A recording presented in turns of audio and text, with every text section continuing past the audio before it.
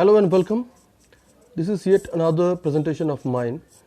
In this presentation, I will only discuss the essay. I will read it and try to explain the meanings of every sentence. This is the second and the last essay of our syllabus of Joseph Addison. The title is Sir Roger at Church. In the previous essay, which was Sir Roger at Home, we saw how Roger was welcomed. The author was welcomed by Sir Roger in his country house, and the author was in all praise for the landed gentry, the squire. And in this essay, Sir Roger is not just a landlord, but he also someone who looks after the parish church. He decides things, he appoints people, and he manipulates so many things. And here, at the same way, the author Joseph Addison praises him. So we'll try to look at the essay and see what the author says. I am always very well pleased with the country Sunday, and think if keeping holy the seventh day were only a human institution, it would be the best method that could have been thought of for the polishing and civilizing of mankind.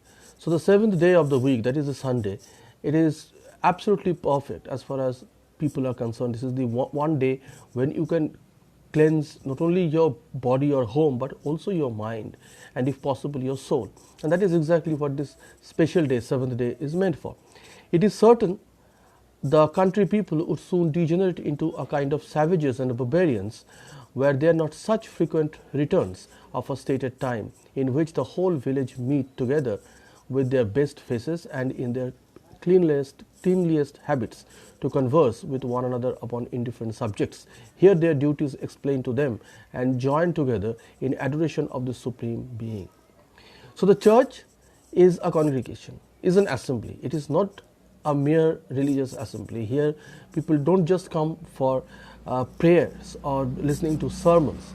It is also a place where people get together, especially in villages, parishes, where they come, they exchange their ideas, and in many cases, just in this case also, this is also another example, where they are told by their feudal lord what to do and what not. So this is one occasion. This is really a social as well as religious occasion as well as obligation.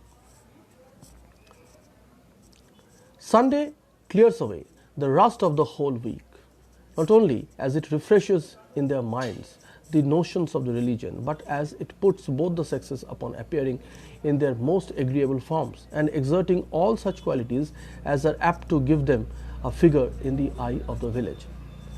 So this is also an opportunity for the male as well as the female members of the church to come to one another, to come to each other and exchange things.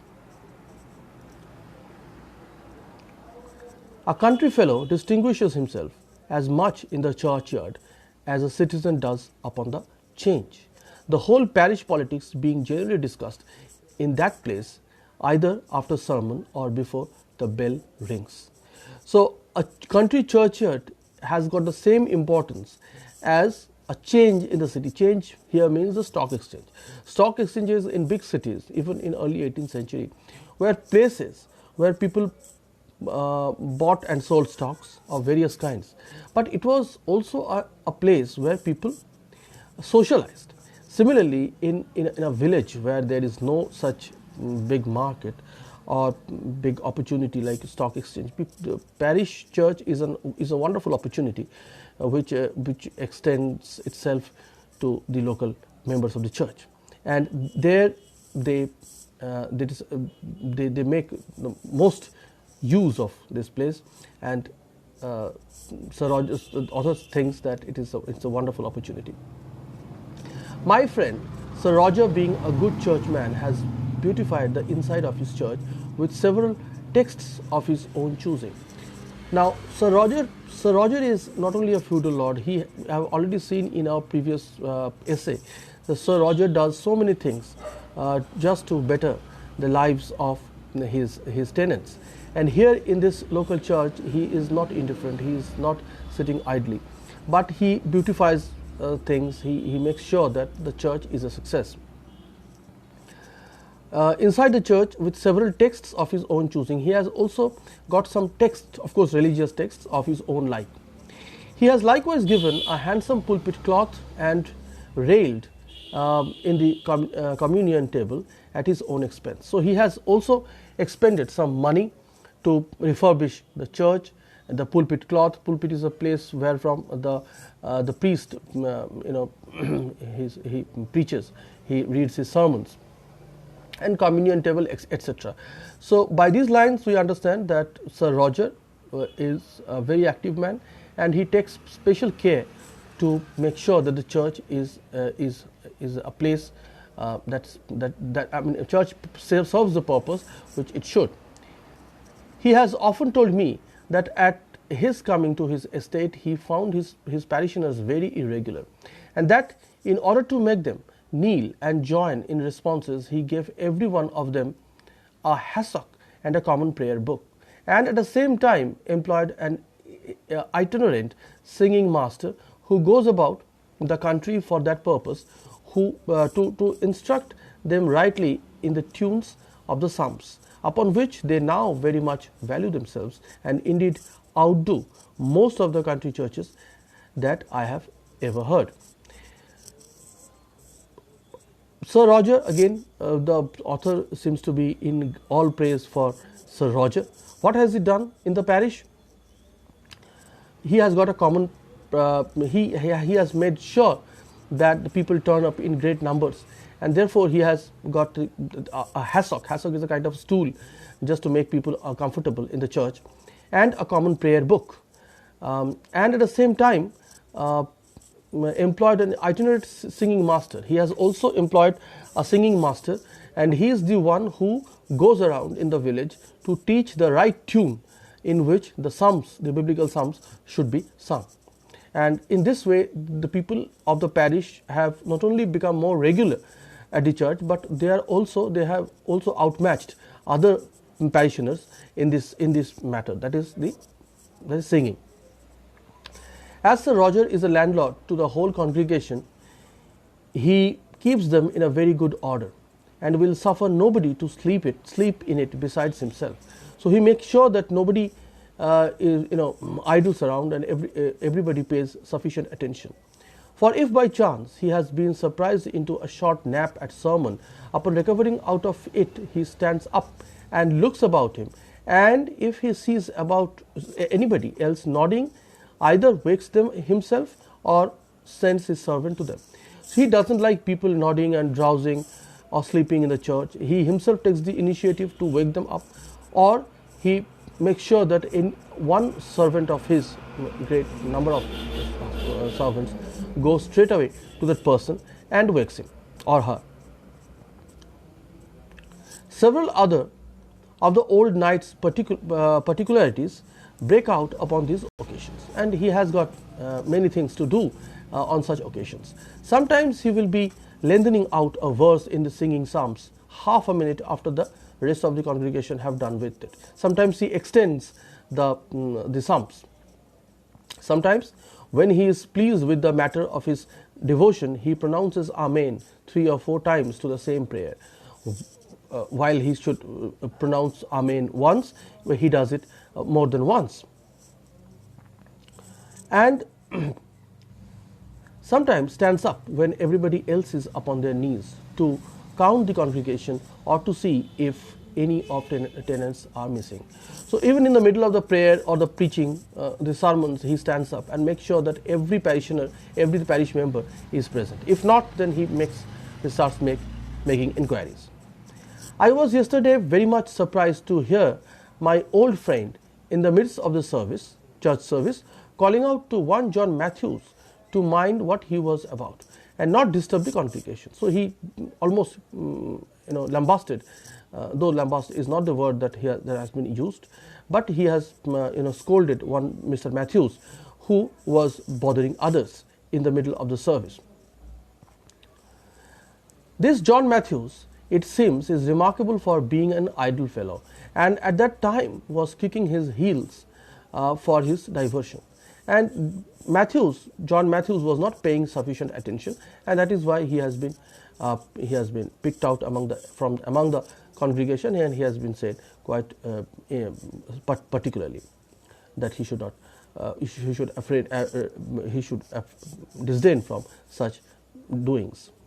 This authority of the night, though exerted in that odd manner which accompanies him in all circumstances of life, has a very good effect upon the parish, who are not polite enough to see anything ridiculous in his behavior.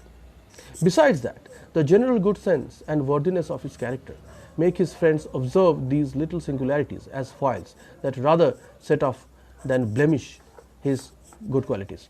Now, these are the things of Sir Roger which are on many occasions not found in other feudal lords, because the feudal lords are often busy with their own revenue collections, with their own farm management or financial affairs. But here Sir Roger has gained his popularity. Sometimes he is not liked by many parish members. Just for this reason, he's just for being nosy into people's affairs, especially at a sacred place like church. But we must remember that Sir Roger, whatever he does, according to the author, he does for the betterment of the parish members. And it is a singular character, because, as I have said, many feudal lords normally forbear from doing such things. They hardly take any interest in parish affairs. As soon as the sermon is finished, nobody presumes to stir till Sir Roger is gone out of the church. So nobody leaves the church until Sir Roger makes the move. The knight walks down from his seat in the chancel between a double row of his tenants that stand bowing to him on each side, and he is paid respect on both rows of the church. And every now and then he inquires how much and one's wife or mother or son or father do, whom he does not see at church, which is understood as a secret reprimand to the person that is absent. And he doesn't refrain from reprimanding people who are irregulars at the church, and he makes regular inquiries about their well-being and about their being absent or present. The chaplain has often told me, chaplain is a person who is a personal servant of a landed gentry member. The chaplain has often told me that upon a catechizing day, I think that is the pronunciation, when that is a day which is meant for Bible reading. Bible reading means that is a day when biblical questions are often asked to children. It's kind of a competition, just to see that they have memorized the scripture quite neatly. When Sir Roger has been pleased with a boy that answers well, and because it was a competition, it's kind of a quiz, so boys sometimes fail to answer correctly, and sometimes they don't. So one day Sir Roger found such a boy who was quite smart enough and quite knowledgeable enough to answer the questions, and the boy that answers well, he has ordered a Bible to be given him next day for his encouragement, and sometimes accompanies it with a flitch of bacon to his mother. And he has also presented one Bible and a flitch of a portion of the bacon to the child's mother, just as a token of appreciation, a token of gift for the child's sharp memory. Sir Roger has likewise added £5 a year to the clerk's place, and that he may encourage the young fellows to make themselves perfect in the church service, has promised upon the death of the present incumbent, who is very old, to bestow it according to merit. So he is also raising young children. He has also added £5 more to the clerk. Clerk is an official position, clerical position. Clerical means church, anything that is related to the church. And secondly, he is also trying to raise young children who have that potential to be the future priests, and to distribute. He makes sure that the money is quite judiciously distributed among them. His intention is to prepare the future sermon readers or preachers or priests in future. The chaplain has often told me that upon I have read this paragraph all right. The fair understanding between Sir Roger and his chaplain, and their mutual concurrence in doing good is the more remarkable, because the very next village is famous for the differences and contentions that rise between the parson and the squire, who live in a perpetual state of war.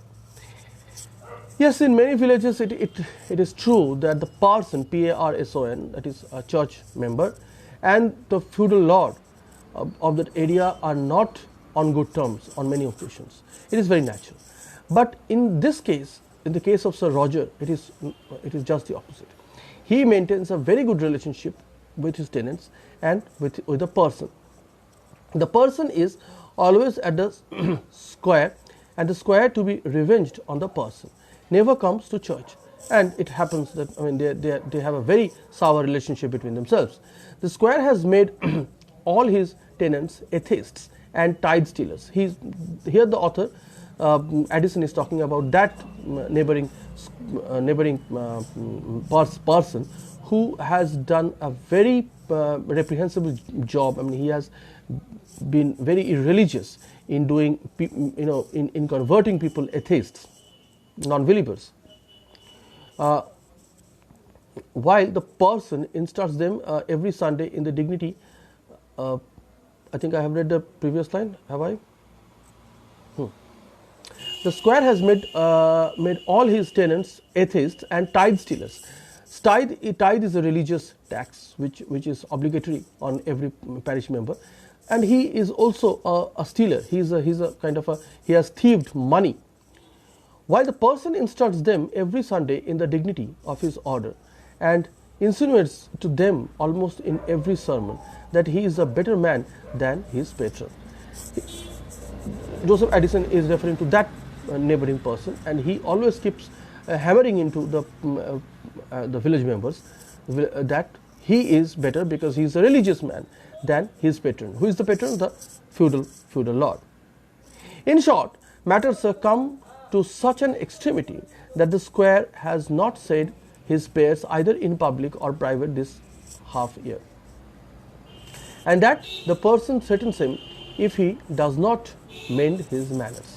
So both of them are challenging each other to pray for him in the face of the whole congregation, and therefore it has resulted into the person's absence either in public or private, and the fellow seems to have lost all interest in religious affairs because of his personal bitterness with a person.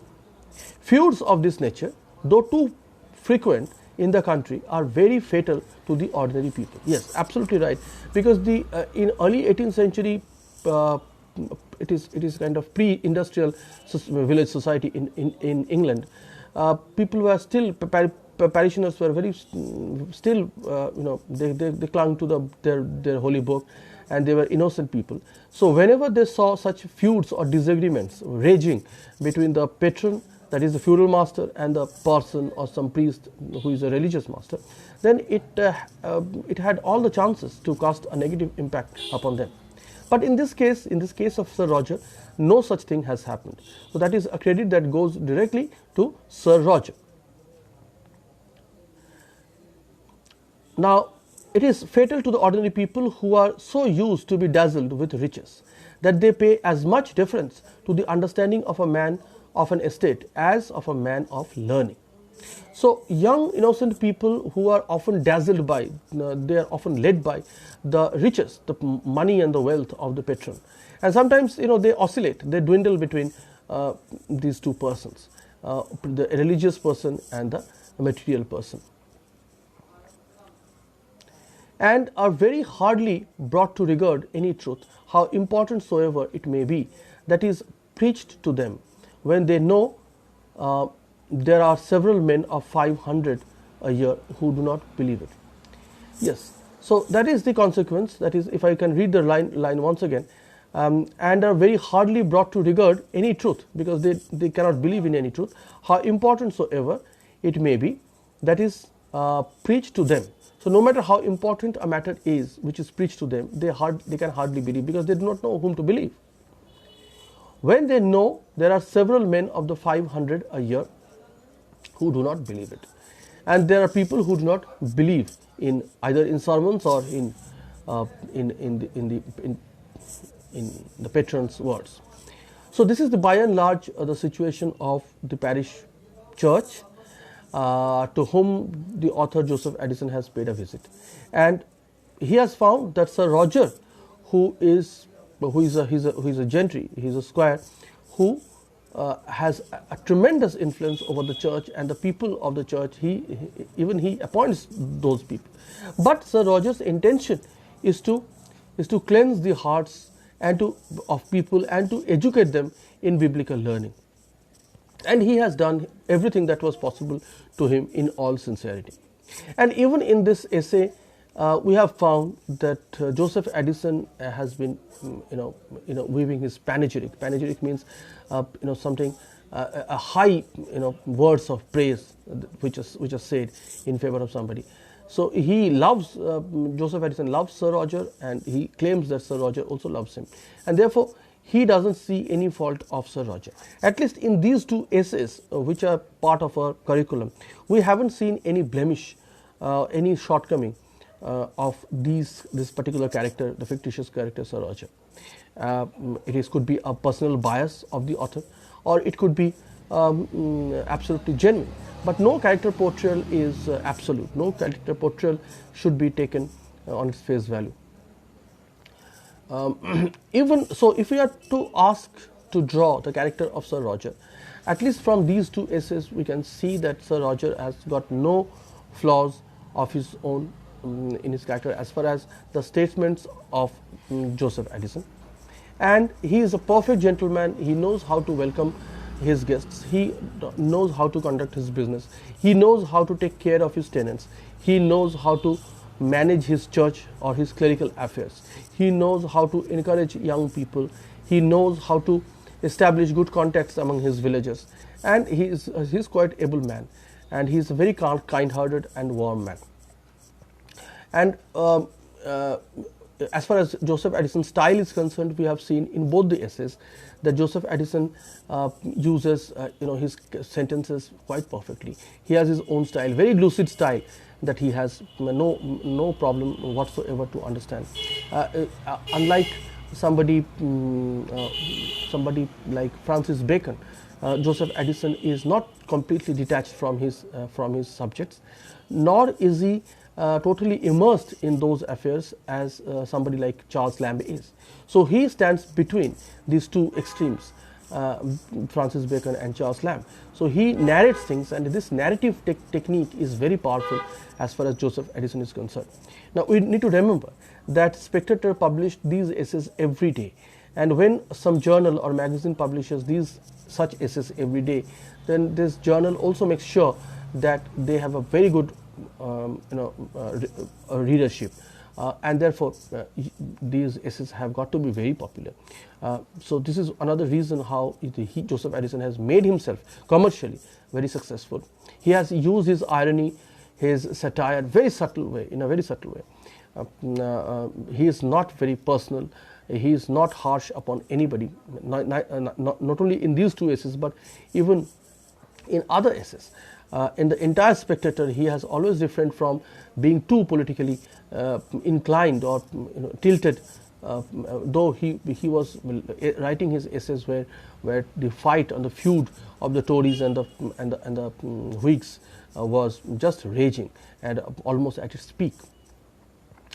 And Joseph Addison, every paragraph, when we read these essays, we see every paragraph is a point. So even for the sake of examination, we can summarize these essays point wise or paragraph wise. Every paragraph is a point. So even for the sake of remembering the entire essay to make it shorter, I think we can entitle every paragraph a title, a short title or name. That will help us remember the entire essay easily. And as Professor, a very eminent critic, Courthope, said, that every paragraph itself is a point, and therefore easy to remember. And irony, satire, and humor is plentiful. But humor, satire, and irony these three instruments are interlinked. You cannot distinguish, you cannot segregate one from the other, and it becomes even more difficult when these three equipment are very subtle. That is the refinement of any author. And as we have seen in both the essays, Joseph Addison is very particular about his describing things. He is a very good narrator. He pays great attention to even small details, and that is a hallmark. That is one of the preconditions of every successful writer. So I hope this my reading has been of some use to you. Let me know how you have found my this recorded lecture. You can mail me, you can text me at my WhatsApp number, or you can call me. Thank you.